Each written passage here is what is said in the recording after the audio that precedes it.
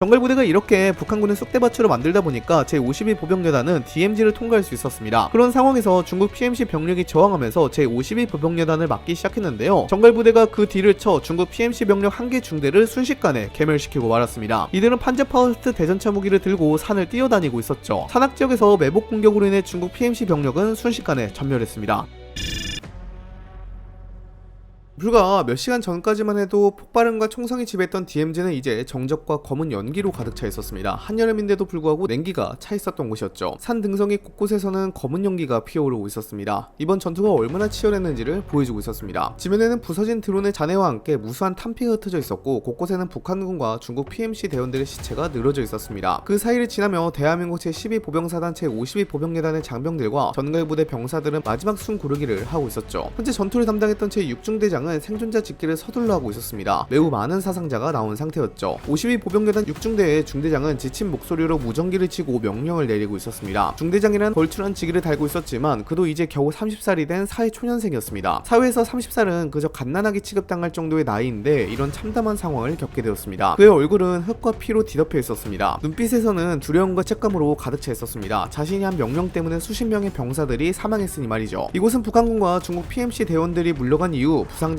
후방으로 옮기고 전우들의 시신을 수습하고 있었습니다. 전투가 끝나고 DMZ 한쪽 전선은 처참한 모습이었습니다. 산을 뒤덮은 화약 냄새는 여전히 코를 찌르고 있었고, 뜨거운 잿더미 위로 부서진 방탄헬멧과 부서진 총기들이 흩어져 있었죠. 곳곳에는 사람이라고 부를 수도 없는 형태의 시신들이 널려 있었습니다. 폭격과 총격으로 절단된 팔다리, 사라진 얼굴, 그리고 피범벅이 된 군복까지. 그 속을 천천히 걸어가던 유승현 상병은 발걸음을 멈추기도 했습니다. 유승현 상병은 같이 동반 입대를 한 친구가 있었습니다. 중학교 때부터 함께한 친구였습니다. 군대에서 함께 버틴 동기였죠. 전날 밤에도 함께 전투 식량을 나눠 먹고 농담을 주고받았던 사람이었습니다. 근데 지금은 그의 몸이 절반이 날아가 있었습니다. 하반신이 없었죠. 피가 고여 땅은 검붉게 변했고, 손가락은 무언가를 움켜쥐려다 멈춘 듯 부자연스럽게 굳어 있었습니다. 전쟁이란 이런 곳이었습니다. 전쟁이 있는 한 누구에게나 평등했고 누구에게나 미칠 것 같은 감정을 선사했죠. 하지만 그런데도 안도의 한숨을 쉰 사람도 몇 있었습니다. 정갈부대가 없었다면 우리가 전멸했을 것이라고요. 몇몇 선임들은 KCTC 훈련의 일화를 설명해주기도 했습니다. KCTC 때 정갈부대가 45도 병사진 산길을 뛰어다녔다던가 20명으로 90명을 쓸어버렸다던가 등의 이야기였죠. 정갈부대는 지치지 않고 계속해서 다른 곳으로 이동하는 모습이었습니다. DMZ 산악지대에서 북한군의 측면을 기습하여 상황을 역전시킨 정갈부대는 전열을 가다듬고 다시금 북진할 준비를 하고 있었습니다. 정갈부대원들은 장비를 다시 정비하고 부상자를 살피며 작전의 성공을 되새기고 있었죠. 정갈부대는 KCTC 전문 대항군 연대입니다. 이들은 전시에 제2사당여단으로 활동하는데요. 제12부병사단이 위험에 빠졌다는 것을 파악하고 제3군단에서 정갈부대를 보내 도와준 것이었습니다. 이들은 어마어마한 전투 스킬을 가지고 있습니다. 8개월 내내 실전과 같은 KCTC 훈련을 계속하다 보니까 정갈부대 병사들과 일반 부대의 병사 간의 전투력 차이가 극심하게 날 수밖에 없죠. 또한 이들은 북한군 전술을 활용하며 다니는데요. 이번 전투에서도 북한군 전술을 활용하며 북한군을 경멸시켰습니다. 아이러니한 모습이었죠. 12사단은 제52보병여단과 정갈부대의 활약 덕분에 DMZ의 교두보를 확보하고 북한이 이전에 설치한 모든 장애물도 해체할 수 있었습니다. 이후 근처에 있던 북한군 잔당들도 마저 수탕했는데요. 이 작전에만 꼬박 하루가 걸렸고, 북한군의 병창기지 등을 없애기 위해 포병대는 쉴 새 없이 불을 뿜어대고 있었습니다. 후퇴하려는 북한군의 모습도 관측하고 이들은 모두 포병대의 포탄에 의해 전사하게 되었죠. 그 외 소수의 잔당 북한군과 중국 PMC 대원들은 정갈부대가 소탕하였습니다. 또한 그 와중에 중국 PMC 대원 12명을 생포한 데도 성공했습니다. 하지만 사망 및 실종자 243명, 부상자 897명, 52여단이 처음으로 전투하여 승리한 캐거였지만 그 사실에 환희하기에는 희생자 수가 너무 많았습니다. 후방 부대와 교체를 고려할 정도로 희생자가 많았죠.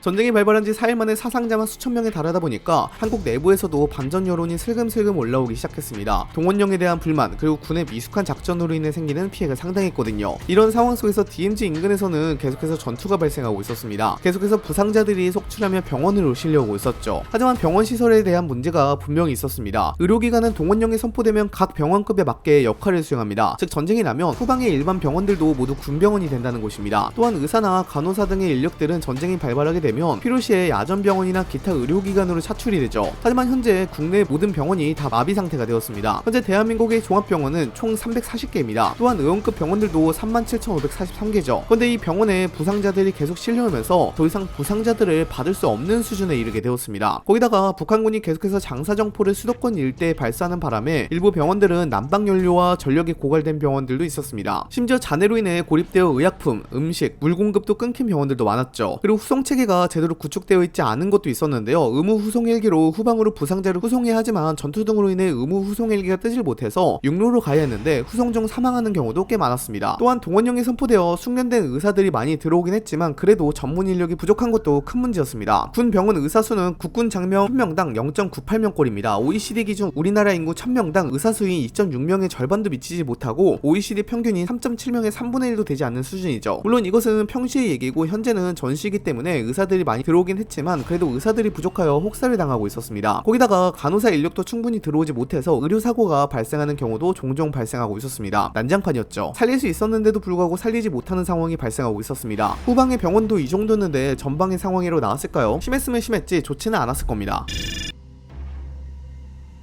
미국 DI에서는 정보를 계속해서 수집하고 있었습니다. 김여정이 국군의 공격 탓에 사망한 것에 대해 굉장히 놀라워하고 있었죠. 그러면서 차기 대권이 누구인지에 대해서 고심하고 있었는데요. DIA는 고민에 빠졌습니다. 남은 백두혈통이 없어서 그렇죠. 그러면서 어떤 한 사람은 한국 국정원 휘하에 백두혈통 한 명이 남아있을 것이라는 의미심장한 말을 남기기도 했습니다. 근데 그것보다 중요한 것이 북한의 핵무기를 계속해서 무력화하려면 북한 고위층 인사의 위치를 계속 알고 있어야 했습니다. 북한 고위층 인사를 계속 죽여야지 핵무기 발사가 안 되니까요. DI에서는 북한 고위층 인사의 위치를 알려줄지 말지를 계속 고민하고 있었는데요. 북한 고위층 인사가 계속 죽게 되면 중국을 더 자극할 것이고 미국과의 전면전으로 커질 수 있으니 상당히 고민하고 있었습니다. 현재 한국은 미국의 도움을 상당히 많이 받고 있었습니다. 미국이 직접 군대를 투입해서 북진하는 것은 아니었지만 병참, 정보, 감시, 정찰 등의 비전투적인 요소에 막대한 지원을 해주면서 한국이 전쟁을 원활하게 수행할 수 있게 도와주었거든요. 이거 하나만으로도 전쟁에 이길 수 있겠다는 생각을 가질 정도로 어마어마한 도움이었습니다. 특히나 북한의 핵무기 위치를 그야말로 핀포인트해주어 알려주니 북한의 핵무기가 쓸 기회조차 없었습니다. 북한의 핵무기가 노출되면 바로 폭격을 때렸고 북한의 핵무기 발사 코드를 가진 사람이 보이면 바로 폭격을 때려서 핵무기 사용을 막아버렸거든요. 여기 한국에는 한 가지 이득이 생기기도 했습니다. 북한군 일부가 한국 편에 합류하기 시작한 겁니다. 이미 DMZ 일부 지역에서는 북한군 중대나 대대 한 개가 통째로 항복하는 경우가 발생하기도 했고요. 중국이 북한 전체를 먹으려는 것 같은 움직임을 계속 보이니까 북한군 장성 일부나 북한 정치인 일부가 한국에 정보를 제공해주는 방식으로 한국을 도와주고 있었습니다. 이들 중 일부는 새 조선에 합류하여 더 많은 정보를 제공해주고 있었죠. 현재 북한군의 위치나 시설, 중국 PMC의 세부 정보들까지 전부 다요. 이러한 정보들은 전부 다 취합되어 전략을 짜는데 큰 도움이 되기도 했습니다. 대북 정보망이 다시 예전으로 돌아간 모습이었습니다. 북한의 상황을 환히 펼쳐보고 있었죠. 최근 얻은 정보에 의하면 현재 중국은 남아있던 친중파 세력들을 활용해 친중파 세력을 더 늘리고 이들로 하여금 집단 지도 체제를 구성하고자 하는 마음을 보이고 있었습니다. 그리고 중국군 2개의 여단도 추가로 북한 내로 들어왔다는 정보도 파악하게 되었죠. 북한을 활용해 자신의 영향력을 극동아시아에서 완전히 펼치려는 야욕을 여과 없이 보여주고 있었습니다. 이곳은 백악관입니다. 백악관 집무실에 긴 테이블에 둘러앉은 사람들은 표정 하나 변하지 않은 채 고요히 트럼프 미국 대통령의 말을 경청하고 있었습니다. 창밖으로는 워싱턴 DC의 고요한 하늘이 보였지만 회의실 안의 분위기는 긴장으로 가득했습니다. 전 세계가 한국과 북한의 전쟁을 주시하고 있는 가운데 이곳에서는 철저히 계산된 이야기가 오가고 있었습니다. 트럼프 대통령은 한국을 마치 도구로 보고 있었습니다. 한국이 중국의 힘을 약화하는데 완벽한 도구라고 말하고 있었죠. 트럼프 대통령의 목표는 단순했습니다. 중국을 약화하고 그 과정에서 최대한 이익을 얻는 것이었죠. 그 과정에서 미군이 피를 흘리면 안 된다는 것이 그의 목표였습니다. 한국에 필요한 모든 무기와 물자를 팔아먹고 중국이 다 쓰러질 때까지 한국을 돕는다는 것이었습니다. 미 전쟁부 장관은 트럼프 대통령이 이러한 발언에 동의하며 한국이 미국산 무기에 의존하게끔 만들자는 제안을 합니다. 트럼프 대통령도 이에 좋다고 응했죠. 몇몇 관료들은 그러한 움직임은 국제사회의 비난을 불러일으킬 수 있다고 말했지만 금세 무시되었습니다. 여기서 그 누구도 미국의 도덕적 책임에 대해 언급하지 않았습니다. 무서울 정도였죠. 이 회의실에서는 오로지 국가의 이익만이 논의되고 있었습니다. 이날 백악관 회의실에서는 한국에서 벌어지는 전쟁의 참상이나 민간인의 희생에 대해 단 한마디 언급도 되지 않았습니다. 이곳에서는 오직 숫자와 계산만이 중요한 문제였습니다. 미국은 한국을 지원하는 척하면서 그 뒤에서 이익을 취하고 있었습니다.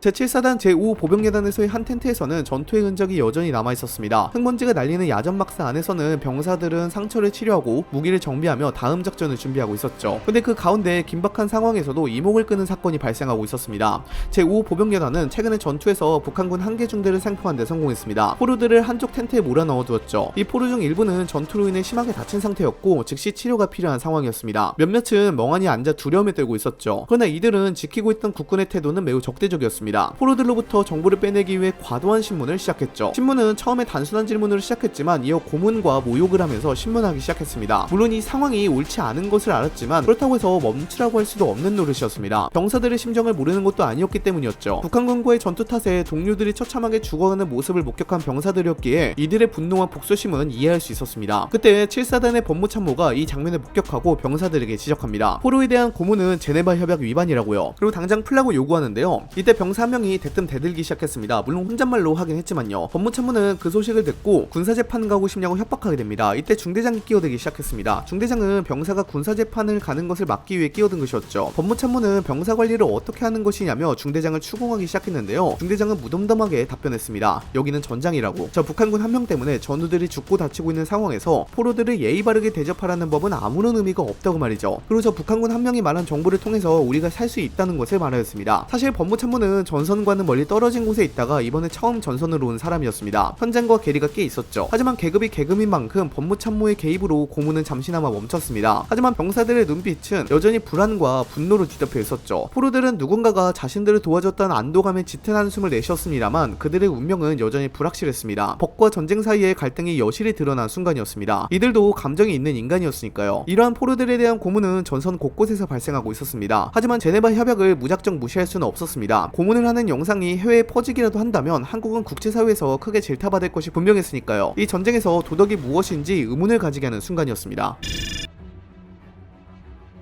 이곳은 제15사단 제39 보병여단이 위치한 화천입니다. 이곳에서도 전투가 지속되고 있었는데요. 역시나 부상자도 속출하고 있었습니다. 팔다리가 날아간 사람부터 정신적인 충격으로 인해 정상적인 전투를 수행할 수 없는 사람들까지 모두 후송되고 있는 모습이었죠. 이 모습을 본 몇몇 이들은 역시 완전히 나간 듯 했습니다. 이곳에 있는 임시 야전병원은 마치 지옥의 한 장면 같았습니다. 곳곳에서는 부상병들이 신음을 내고 있었고 공기를 가득 메운 피비린내와 약품 냄새는 숨을 쉴 때마다 목을 조이는 듯 했습니다. 마치 저승사자들이 데려갈 사람들을 기다리는 것처럼 계속 목을 조이는 것 같았죠. 병사들이 들곳에 실려 하나둘씩 들어올 때마다 군의관들과 의무병들은 쉴 틈 없이 움직였지만 그들의 얼굴에는 피로와 절망이 점점 더 짙어지고 있었습니다. 부상병을 싣고 온 병사들의 목소리는 이미 목이 쉰 상태였습니다. 들것 위에는 오른쪽 다리가 무릎 아래부터 날아간 병사가 신음하고 있었죠. 그의 피로 흠뻑 젖어 마치 피부색이 짙은 빨간색인 것처럼 보일 정도로 피가 많이 나오고 있었죠. 붕대로 지혈하기도 전에 새빨간 피가 흘러나오고 있었습니다. 병사의 떨리는 목소리는 천막 안을 울렸습니다. 의무병들은 어떻게든 이들을 치료하려 했지만 혈액팩이 더 이상 부족하며 치료할 수 없는 지경에 이를 정도였습니다. 진통제도 부족하고 혈액팩도 부족한 상황에서 부상자는 물밀듯이 밀려오고 있었습니다. 장비와 약품 부족 그리고 인력 부족은 그들의 노력에 한계를 짚고 있었습니다. 병사들은 서로의 생존을 위로하며 다음 전투를 준비했지만 살릴 수 없다는 것을 알게 된 의무 중대원들은 결국 암담한 현실에 대해 좌절만 했을 뿐이었습니다. 의무병들은 사람을 살리지 못한다는 것에 대해 꽤 큰 분노를 느꼈지만 할 수 있는 게 없었습니다. 하지만 그래도 해야 했습니다. 의무병들이 여기서 멈추면 정말 살릴 수 없다는 것을 그 누구보다도 잘 알고 있었거든요. 밖에서는 여전히 포성이 들리고 있었습니다. 그 소리는 끝없이 이어지는 전쟁과 함께 이곳에서의 암담한 현실을 더욱 극적으로 만들고 있었죠.